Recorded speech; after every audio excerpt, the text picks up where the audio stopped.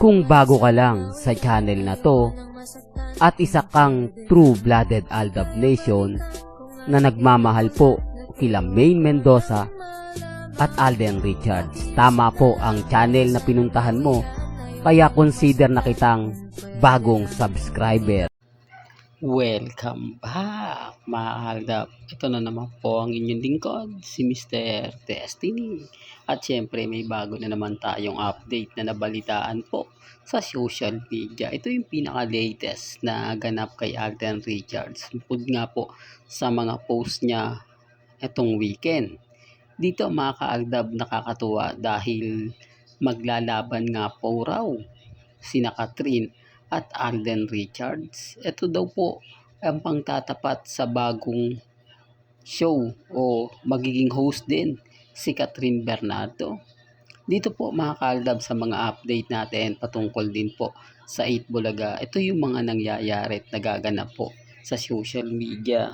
Kaya nga inuunahan ko na po kayo na lahat po ng mga maririnig po ninyo, kumbaga magiging komento at mga sinasabi ko, lahat po ito galing po sa Instagram, sa Twitter, sa Facebook at sa mga website at sa mga article po na sinusulat. Kaya hindi niyo po pwedeng sabihin ng mga kritiko ko na hindi po totoo yung mga sinasabi ko. Di po ba? Marami kasing nagre-react na Mr. Fake News daw po tayo. Pero hindi naman po nila alam ang buong kwento at buong senaryo. Po ba? Kaya nga sabi ko sa inyo, bago po kayo mag-react, magkomento, lalo na po yung mga bitter po sa akin, tumingin po muna kayo sa social media, saka po kayo mag-comment ng fake news ako. Po ba? Kasi doon yung makikita kung sino nga po ba nagsasabi ng totoo at nagsasabi ng fake news. Di po ba? Hindi, real talk to mga ka-Aldab, kaya nga po ko kalmado at kampante lang. Di po ba? Well, pag-usapan na natin itong mga update. Unahin natin si Alden Richards. Alam niyo po ba mga ka-Aldab na si Alden Richards nga po ang bagong host ng Pinoy Big Brother? Nakakagulat, hindi po ba? Maraming nagtataka, maraming nagsasabi, baka hindi naman yun. Baka ibang host naman ang gaganap doon. Ang balita nga namin, si Dingdong Dantes daw ang kukuha nun, hindi si Alden Richards. Maraming kwento po kasi ang lumalabas. Sabi ko nga po sa inyo, ito'y base lang naman po sa mga nakakalap nating impormasyon na talagang kung ako tatanungin nyo, kumpirmado ko na o confirm na si Alden talaga yung pipiliin. Bukod sa maingay siya at bukod po sa dami ng mga issue sa kanya ngayon at siya po yung laman ng pahayagan, hindi magdadalawang isip talaga ang GMA Kapuso na kunin si Alden Richards. Hindi ko naman po sinasabing hindi sikat si Dingdong Dantes, pero wala po, sa ibang level na po kasi ang Alden Richards Di po ba? Sinasabi ko lang po ito para lang klaro.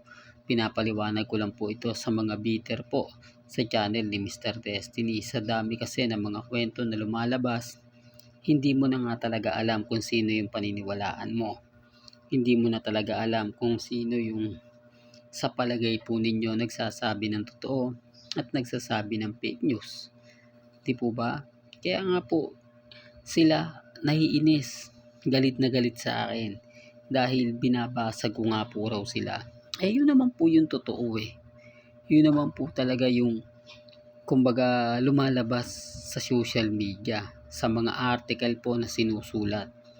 Di po ba? Na talagang si Alden Richards, ito hindi ko pinopromote ang GMA para lang po sa kaalaman ng lahat.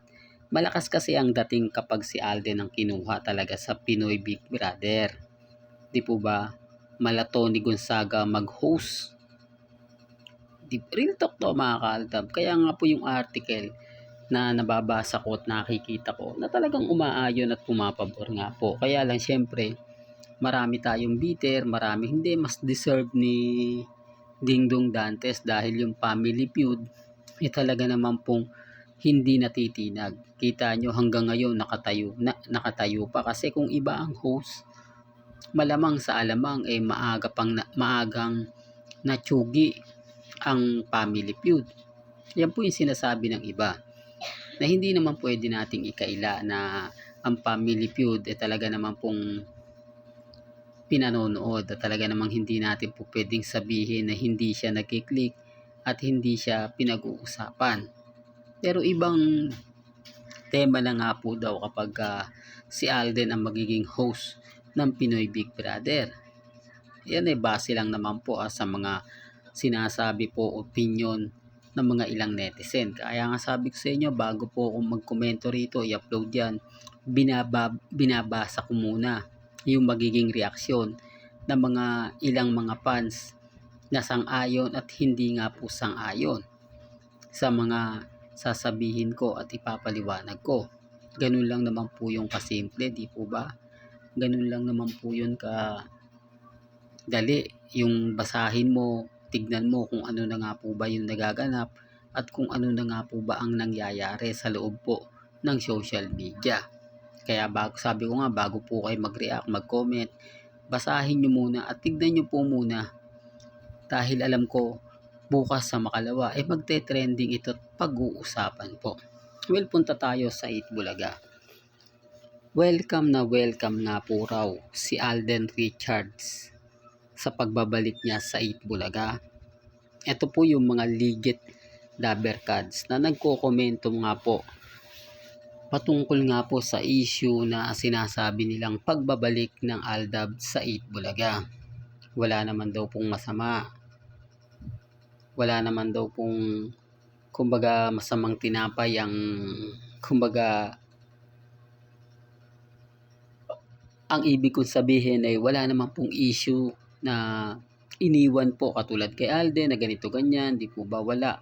Kaya willing nga po siyang bumalik sa Itbulaga at welcome na welcome nga po daw, sabi ng mga legit Dabercads, na kahit magsama daw po sila Mengay okay lang.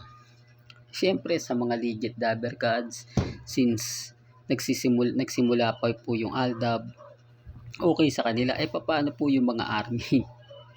Di po ba na kumokontra po na kung hindi, lalaki lang daw po ang ulo ng fandom. Magmimistulang reunion daw yan ng mga ganito ganyan. Yung tipong hindi pa nga po nagkikes si Alden, talagang marami nang nagre-react. Bakit? Takot po sila. Ito po yung sinasabi ko mga kaaldab, na chemistry nila Mengay at ni Alden, na kapag nagsama po sila sa Itbulaga, yung spark po ng chemistry, yung magic na biglang sasaya yung audience, biglang mabubuhay yung audience, yung mga ganapan ng dalawa na talaga naman pong hindi basta-basta makakalimutan. Yung tipong kahit anong gawin po na kumbaga komento o galawan, talagang mararamdaman mo. Talagang makikita mo. Di po ba? Sinasabi ko lang po ito para lang po malinaw, lalo na po sa mga taong dumadaan at bumibisita po sa channel ni Mr. Destiny. Ulitin ko, sa dami po ng issue ngayon na kumakalat, kayo na talaga yung magsasabi, kayo na talaga yung magre-react kung ano nga po ba talaga yung gusto nyo pong ipabatid o sabihin. Lalo na nga po ngayon nararamdaman po ng fandom ang pagbabalik ni Alden Richards sa Itbulaga. Siyempre, masaya po kami kasi sinasabi ng iba na hindi raw tatanggapin ng legit Dabercads si Alden Richards. Pero taliwas po sa mga kumakalat ngayon. Taliwas po sa mga nakikita po natin ngayon. Medyo gustong gusto po ng Itbulaga si Alden Richards na muling bumalik. Doon pa lang po panalo na ako Doon pa lang po masasabi nyo ng winner si Mr. Destiny. Pero hindi tayo namimilit. Sabi ko nga po sa inyo,